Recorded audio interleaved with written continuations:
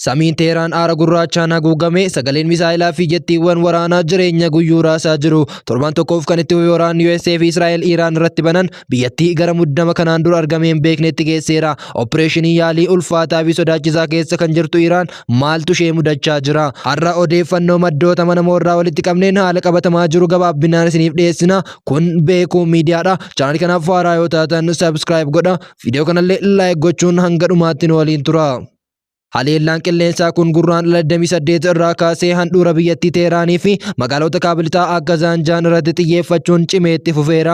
Akka gabaasa BBC fi maddoota addunyaatti haleellaan miilanaa kun kan waggoota kurnan darban keessa mudate kamiyyuu caalaa hammaataa fi mancaasamaa guddaa kan qabudha. Jiraattonni akka jedhanitti sagaleen dhoohinsaa foddaawwan manaa mimmirsuun ala hollannaa yookaan vaayibireeshinii humna guddaa qabu uumuun mana guutuu raasa. Magaalaan Zaanjaan kan handhuura geejjiba waraanaa taate guyyoota sana darbanitti haleellaa walirraa cinne jala turteetti. Samii magaalattii haguugee kan jiru aara gurraacha dhoohinsa hordofee dhalatuun qulqullina qilleensaa fi dandeettii arguu uummataa irratti dhiibbaa hamaa uumeera. Haleellaan kun bakkeewwan humna ibsaa fi bishaan qopheessan irratti xiyyeeffachuu isaatiin magaalota tokko keessatti tajaajilli bu'uuraa addaan citeera. Waraana kanaan wal qabatee du'uun hoogganaa olaanaa Ayaatolii gabaasamuun biyyattii gara jeequmsa keessoo biraatti geesseera. Miirri hawaasaa bakka lamatti qoodameera.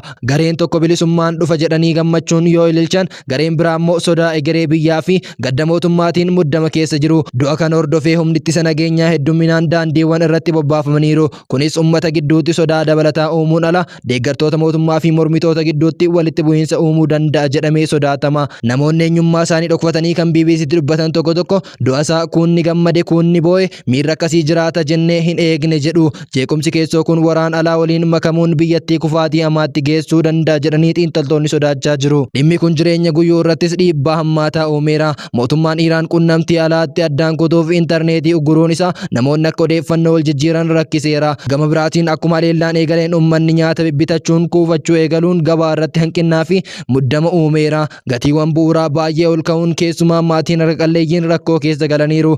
Gama dhiyaatiin Doonaald Tiraamp haleellaan hamaan ammallee eegalle jechuun dubbachuun isaa gara fuulduraatti maaltu dhufuu danda'a kan jedhu yaaddoo uummataa dachaan dabaleera. Biyyoonni dhihaa uggura diinagdee dabalataa haaraa Iraan irratti gadi lakkisuun isaanii diinagdeen biyyattii akka tasaa akka kufu taasiseera. Jiraataa Teheraan kan ta'e namni maqaan isaa Babaak jedhamu haala jiru yoo ibsu waraanni kun akka yaaddame gabaabaa ta'uu dhiisuu akka danda'u dubbata. Akka nama dhukkubsataa baqaqsanii yaalamuu yookaan sarjarii ulfaataa keessa jiruutti dhukkubsachaa keessa darbuu qabna jechuun yaaddoo isaa ibsa. Jiraattonni hedduun biyya isaanii kana booda gara duraatti deebi'uu isheen shakkan. Kanneen biyya alaa jiran waraana deeggaran waan nuti keessa jirru hin beekan jechuun mufannaa isaanii ibsu. Waraanni kun Iraan haaraan fidamoo akka Siiriyaa fi Liibiyaa biyya mancaatiin taasisa kan jedhu gaafii uummata hundaati. Guduunfaan waraana kanaa maaliin akka xumuramu namni beeku hin jiru. Ta'us carraan egeree haaraa arguu jiraatus miidhaan hammammaa biyyattii irra ga'e baay'ee ulfaataadha. Waan hammammaa gabaasne hundarraa kan hubatamu Iraan qarqara jijjiiramaa guddaa yookaan manca'iinsa hamaa irra dhaabbachuu isheeti.